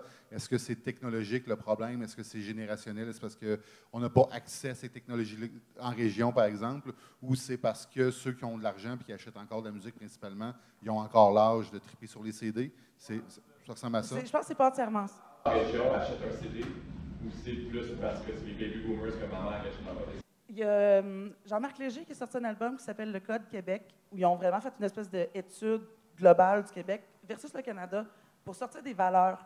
Donc, ils ont sorti 7 grandes valeurs qui étaient propres au Québec versus le reste du Canada. Puis là-dedans, il y a l'esprit de clocher. Donc, je pense que cet engagement-là qu'on a au Québec envers la musique vient beaucoup de cette espèce de... Tu sais, au Québec, on est résilient, c'est toujours tenu écoute. Il y a ce petit côté-là, je pense, qui est juste propre à notre culture de manière beaucoup plus large, qui fait que, tu sais, j'ai déjà reçu un chèque de 10$ par la poste pour une artiste. C'est un petit monsieur qui a sorti son chéquier qui nous a envoyé 10$. Fait que, tu sais, ça montre à quel point, je pense qu'il y a un engagement réel. Tu sais, on les aime, nos fans. On l'aime, Céline, parce qu'elle est à nous autres. Tu sais. Il y a ce côté-là aussi, je pense, qui joue dans la musique. Je suis assez d'accord que les gens veulent vraiment encourager les artistes d'ici. Puis il y a aussi un star system local qui n'existe pas dans les autres provinces ou les États américains. Qui jouent beaucoup aussi. Je pense, on a des célébrités québécoises qui deviennent, tout le monde sait c'est qui en 2 secondes, parce qu'ils ont fait telle affaire ou sont passés à tout le monde en parle. Ça a une méga influence sur leur carrière, parce que c'est plus facile, je pense, d'avoir un wider reach, si on veut. Et puis ça, c'est aussi la conséquence, dans les années 80, de la restructuration de l'industrie québécoise, mais d'une politique culturelle assez proactive et qui finalement a bien fonctionné. Parce que s'il y a un star system, s'il y a des artistes qui sont...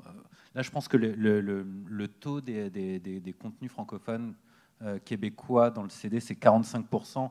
Ça ne baisse pas, les ventes baissent, mais ça ne baisse pas dans les ventes d'albums, que ce soit en physique, c'est 45%, et en numérique, ça doit être 30%. C'est parce qu'il y a eu 25 ans de politique culturelle efficace. Et que les gens... on ne change pas une habitude comme ça non plus, hein, socialement, c'est plus compliqué. Donc, je pense que l'aspect CD, l'attachement à l'objet, avec une pochette de disque, avec tout ça, bon, non seulement ça revient avec le vinyle chez les millennials et tout ça, mais je pense qu'effectivement, au-delà de l'aspect générationnel, il y a quelque chose de très sociétal et de très politique derrière tout ça. Souvent, les gens nous demandent c'est quoi la façon la plus éthique d'acheter la musique pour encourager mes artistes. Puis souvent, bon, c'est comme, tu peux acheter là, tu peux acheter direct sur la boutique en ligne, tu peux faire ça. Il y a différentes façons où que certains artistes vont être mieux rémunérés que si tu passes par acheter ton CD via une major, via 10 middlemen au milieu. Est-ce qu'il y a d'autres? Oui? C'est plus une question d'autorité, parce que tu as abordé la possibilité de former les gens dans l'industrie en promo. Mais comment pourrait-on former les gens sur un sujet qui change à chaque 2 semaines ou 3 semaines? Les algorithmes qui changent en continu. Alors, la question, c'est ce que M. demande, c'est, Dorothée, tu disais qu'il faut offrir de la formation, il faut faire en sorte que les gens soient à jour, mais en même temps, ça change à peu près aux 10 minutes. Comment on fait pour s'assurer que les gens soient toujours à la fine pointe? C'est à peu près ça? Oui, il y a des choses qui changent. Là. YouTube sont en train de tout refaire leur CMS pour gérer la monétisation, mais il y a quand même des notions de base qui ne sont pas acquises. Oui, Facebook, leur algorithme va changer, mais la base de comment rédiger un bon post, comment rendre ça attractif, de OK, tu spammes pas genre 20 fois par jour, puis tu essaies de faire du contenu funny, puis tu fais pas juste de la promo sur ta page Facebook, c'est une notion que certaines personnes n'ont même pas en ce moment. Donc, je pense qu'il y en a qu'on part vraiment loin des fois, juste OK, gang, on va tout ouvrir notre Spotify en même temps parce qu'il y a des labels que je sais qui n'ont jamais ouvert Spotify de leur vie. Fait que, bon, c'est des cas extrêmes, là, c'est pas la majorité des gens, mais il y en a encore aussi. Fait que, est-ce qu'on peut trouver une façon de forcer les gens aussi à aller aux formations? Parce que ça, c'est un autre problème. Moi, j'ai pas le temps d'apprendre. OK, fine, mais pendant ce temps-là, le bateau part, puis tu le regardes pas partir parce que tu es trop occupé dans ton coin. Mais tu sais, comme s'asseoir faire un plan de marketing, justement, on voit de plus en plus d'artistes autoproduits qui veulent devenir leur propre label, mais qui n'ont pas les outils pour le faire. Puis que là, souvent, ils vont voir le distributeur et demandent « Hey, peux-tu réviser mon communiqué de presse? » Je veux dire, il y a des formations que ces gens-là peuvent faire et peut-être les vulgariser, les rendre plus récurrentes. Je ne sais pas, là, on pourra s'asseoir avec la disque aujourd'hui. Oui. Une petite information. On est en train de bâtir à la disque une série de formations en ligne justement sur ces sujets-là. Des petites capsules qui vont être disponibles et on a pensé à ça. Justement, dans 2 mois, c'est peut-être désuet. Alors, on est construit de manière à pouvoir enlever des segments, remplacer des segments pour pouvoir constamment adapter. Des petites capsules courtes, on ne fait pas du cinéma, on fait de la formation, ce qui fait qu'on peut travailler avec des budgets moindres.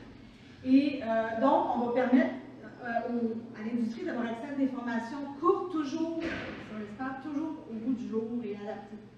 Avec des petits moments que tu peux retrancher quand, justement, il y a une modification dans Facebook sur quelque chose, sur un module, ça va être, évidemment, toujours adapté. Alors, bonne nouvelle pour la web diffusion, il y a une réponse de la disque. Effectivement, il y a des formations comme ça qui s'en viennent et qui sont offertes via le site web. Puis, c'est pas du cinéma, ça ne demande pas 2 millions à produire à chaque fois, on va pouvoir les mettre à jour assez rapidement. Oui, ça. Premièrement, merci. Vous êtes vraiment, c'était très intéressant. J'avais beaucoup de choses à dire, mais je ne dirai pas. Il y aura d'autres forums. Juste pour les ventes de disques, parce que ça me titille, il faut quand même relativiser. Hein? Tu peux venir prendre le micro, parce qu'il y a des gens qui vont entendre aussi, puis je suis sûr que ça intéresse tout le monde.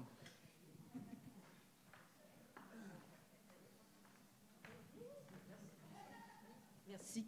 Écoutez, juste pour les ventes de disques, je ne veux pas passer, il y a des gens qui ont des questions, je ne vais pas prendre tout ce temps, là, mais ça, les ventes de disques, il faut quand même relativiser. En 2005, on vendait 13 millions d'albums au Québec physique. Là, on en vend 3 millions, même pas.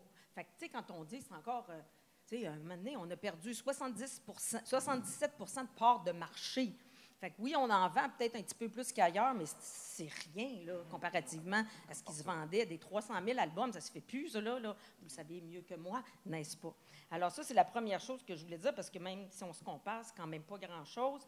C'est encore là, mais c'est ça. Puis, ce qui est intéressant, c'est que vous avez parlé toujours, évidemment, de la multiplication des choses à faire. Parce que ça, oui, le physique est encore là, il n'est pas mort, mais il n'est pas fort. Le numérique, la vente d'albums numériques, ça descend plus vite que le physique. Puis, évidemment, les streamings, on en a abondamment parlé. Romuald, quand tu parlais des politiques publiques, oui, on est résilient, oui, on a du talent, oui, mais ça, c'est vrai de beaucoup de monde dans le monde, n'est-ce pas? Mais nous, on a la chance de vivre dans une société où, tant au Québec qu'au fédéral, on a eu des politiques publiques qui ont favorisé le fait qu'on puisse le faire connaître, ce talent-là. Contrairement à toi, Jason, moi, je pense sincèrement que... Pardon? Non, en tout cas, c'est lui qui est positif, tant mieux, ça en prend beaucoup pour les autres. Mais ces politiques publiques-là, elles doivent être renouvelées. Puis c'est pas vrai que c'est impossible. Moi, vraiment, on est à l'aube là, d'avoir des prochaines élections fédérales. Il y a un nouveau gouvernement qui va arriver, soit le libéral qui va revenir, ou si les conservateurs, on est mort. Les conservateurs, là, ça va être, on est décédés, tout le monde. Mais si les libéraux, je ne vous dis pas pour qui voter, c'est pas ça. Mais les droits en femmes aussi vont être décédés. C'est ça. Mais c'est pas vrai qu'au niveau réglementaire, il n'y a rien à faire. Vraiment pas. Il y en a qui essaient de nous convaincre que c'est pas possible. Mais je veux dire, moi, pour avoir parlé à des messieurs Spotify puis les autres, technologiquement, c'est tout à fait possible de savoir que dans votre salon, vous êtes au Québec, on va vous donner en priorité sur les listes de lecture, pas sur toutes, mais sur les listes de lecture qu'on va mettre. On va vous donner 30 de contenu québécois. C'est tout à fait possible au niveau. C'est sûr qu'il faudrait qu'ils changent leur algorithme. Ils ne le feront jamais volontairement, mais il va falloir qu'ils soient obligés de le faire, comme les radios. Les radios ont été obligés de le faire depuis les années 70. Ils ne le faisaient pas avant, les radios. Puis quand on dit que les services de musique en ligne, ce n'est pas des business comme ça ne s'intéresse pas à la musique. Y a-t-il des gens de radio ici? OK, non, bravo. Oups. Sauf Radio-Canada. Les gens de radio, là, je m'excuse, là, mais les nouveaux gens de radio, parce que ce n'était pas le cas en 1932, mais les gens de radio, ce n'est pas une business de musique. Ils vendent de la pub. C'est ça que ça fait une radio. À chaque fois, on se bat contre les radios commerciales pour ne pas qu'elles diminuent les quotas. Fait qu'eux autres aussi, ce n'est pas une business de musique, ça n'en est plus, en tout cas, sauf le service public. Mais fait que des services, pour moi, les Spotify, pour moi, à cette heure, c'est comme des radios. C'est comme, ils offrent de la musique, puis oui, leur business, c'est de vendre des données puis de vendre de la pub, mais c'est la même affaire pour les radios aujourd'hui. Puis, en tout cas, fait que moi, je pense qu'il va falloir les contraindre, puis du niveau réglementaire, c'est possible de le faire. Encore faut-il avoir un gouvernement qui va avoir les culottes assez fortes pour pouvoir le faire. Dernière chose, par exemple, on n'a pas... Et ça, c'est notre travail, puis je vous dis, en tout cas, la disque, évidemment, on travaille là-dessus beaucoup. Mais on n'a pas parlé des fournisseurs d'accès Internet. On n'a pas parlé d'eux autres. Vous ne les avez pas mis dans l'équation. Puis, ces beaux fournisseurs d'accès Internet, Bell, vous voyez Bell partout, là, Bell. Bien, nos amis de Bell, eux autres, ils font bien de l'argent avec leur bande passante, puis Vidéotron, puis Rogers, puis tout ça. Puis eux autres, là, they laugh all the way to the bank, parce que tout cet argent-là, ils le mettent dans leur poche, puis ils ont des marges bénéficiaires de 40 à peu près. Vous ne trouvez pas qu'ils ont quelque chose à faire? Qu'il y aurait un petit peu de partage de richesse à faire, étant donné qu'il y a une partie de leurs revenus qui découle, justement, beaucoup de l'utilisation des données que les gens utilisent pour écouter de la musique ou des films. Et moi, cette grosse pierre-là dans l'édifice, j'aimerais savoir ce que vous en pensez. On va terminer là-dessus, mais Alain Brulet en a parlé aussi beaucoup dans ses analyses qu'il a faites sur la musique. C'est vrai que les fournisseurs d'accès Internet ont les deux mains dedans, puis ils sont bien contents quand on dépasse nos quotas, eux autres aussi. En fait, je vais juste m'abstenir de répondre à cette question pour ne pas me faire taper ses doigts par mes bottes. OK. Et non, j'ai pas le goût d'avoir l'appel. Romuald, oui. J'aimerais réagir à différentes choses. oui, effectivement, Spotify, Apple, Facebook vont dire on peut le faire. Technologiquement, on est capable de le faire. Sauf que quand il y a un problème, quand Facebook va devant la cour et tout ça, ils disent ah ben on est désolé, en fait, on n'est pas sûr de pouvoir savoir exactement ce qu'on a produit. Quand on est allé interviewer les industriels de la musique, ils ont dit ouais bah les revenus avec YouTube, bah, on les sait peut-être 6 mois après, mais on n'est pas trop sûr. C'est des tranches, c'est tout ça. Donc moi je crois qu'il ne faut pas croire dans la capacité de ces industries-là à vouloir non seulement d'une part partager leurs données, mais avoir les capacités réelles de gérer leur technologie. Et c'est là où, à mon avis, c'est une course en avant. On parle beaucoup de la blockchain et tout ça. Je pense que c'est une course en avant qui est totalement... on cautionne ça parce qu'on aurait envie de meilleures rétributions, on aurait envie de tout ça, mais ces industries-là ne sont pas prêtes technologiquement à assumer les technologies qu'ils produisent. Je pense juste à Facebook que leur Content ID ne fonctionne à moitié pas, qu'ils ont lancé, puis que ben, on se fait chier tous les jours avec le Facebook pour essayer de whitelister des trucs, mais ça ne fonctionne pas. Puis, je veux dire, ils ne sont pas capables, mais ils sont capables de mettre de la pub vraiment targetée.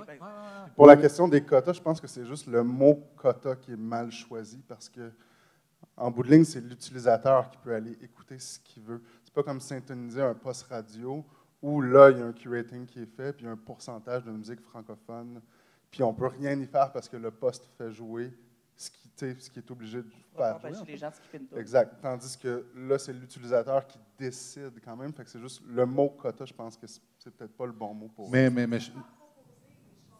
C'est la plateforme qui décide. Ouais. C'est ça, puis ils ne vont pas le faire de bonne foi.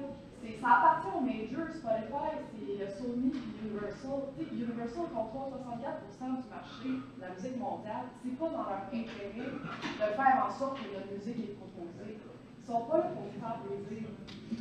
Je pense qu'il y a aussi un autre enjeu qu'on oublie dans tout ça, c'est que Spotify, ils ont acheté Econest, qui est une grosse boîte quand même par rapport à ça, qui fait du profilage culturel. Si on arrive à dire à Spotify, écoute, tu vas nous créer un profilage culturel francophone québécois, là, il va y avoir de la recommandation parce que de suite, ils vont faire effectivement un lien avec les données de géolocalisation. Ça. Mais là, c'est encore en bêta-testing tout ça. Deezer essaye de le faire, ils sont un petit peu plus volontaires là-dessus, ils partagent leurs données avec les chercheurs aussi. Donc c'est intéressant pour nous, mais de fait, effectivement, c'est quand même le profilage culturel en amont. Je ne crois pas que ce soit la question de l'utilisateur ni de l'industrie qui soit liée à la découverte de contenu francophone québécois. C'est vraiment comment la plateforme acceptera de mettre de l'avant. Et les radios l'ont fait, elles ont mis de l'avant certains contenus et ça a marché. Il n'y a pas de raison que ça ne marche pas avec les plateformes. Maintenant, la question, ce n'est pas de savoir comment les contraindre, mais comment les inciter à le faire. Je pense que c'est surtout dans ce volet-là qu'il faut travailler. Oui, parce que juste une question avant, puis après ça, je vais terminer là-dessus. Il reste 2 minutes, rapidement. En fait, moi, je me pose la question, on n'a pas parlé de la fameuse boîte artiste sur Chrome qui est appelée à disparaître, qui amenait directement sur les streaming et sur les YouTube des artistes.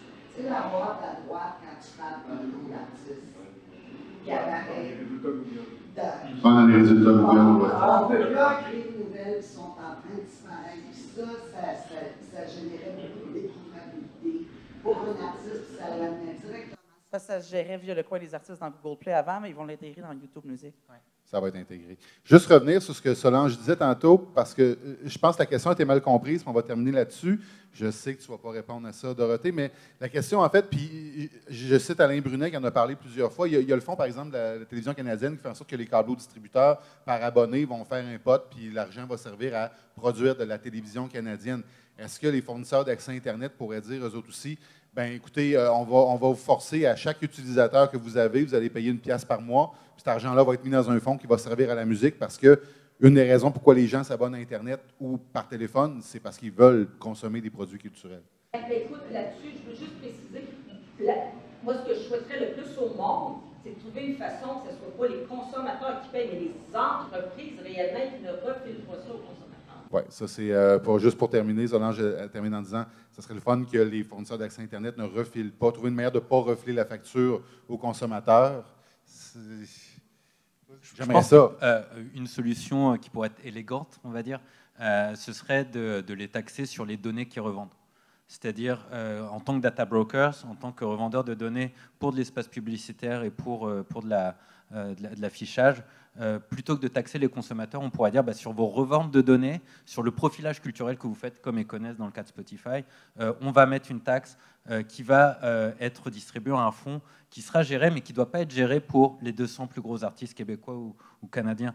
Il faut aussi repenser le modèle de redistribution à l'intérieur même, parce qu'on parlait tout à l'heure de mettre $1 en plus pour une sortie exclusive. Je pense que c'est l'inverse qu'il faut faire. C'est-à-dire il faut faire augmenter les taux, les ratings de redistribution pour une sortie exclusive des petits artistes, plutôt que de faire payer les auditeurs $1 en plus.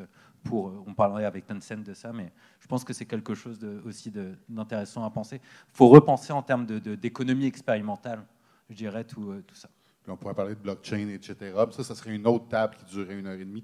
Dorothée Parent-Roy de Distribution Select, Jason Bissessard de Bansound et Romuald Jamel de l'Université du Québec à Chicoutimi. Merci beaucoup. Merci. J'espère que vous avez appris des choses. Merci.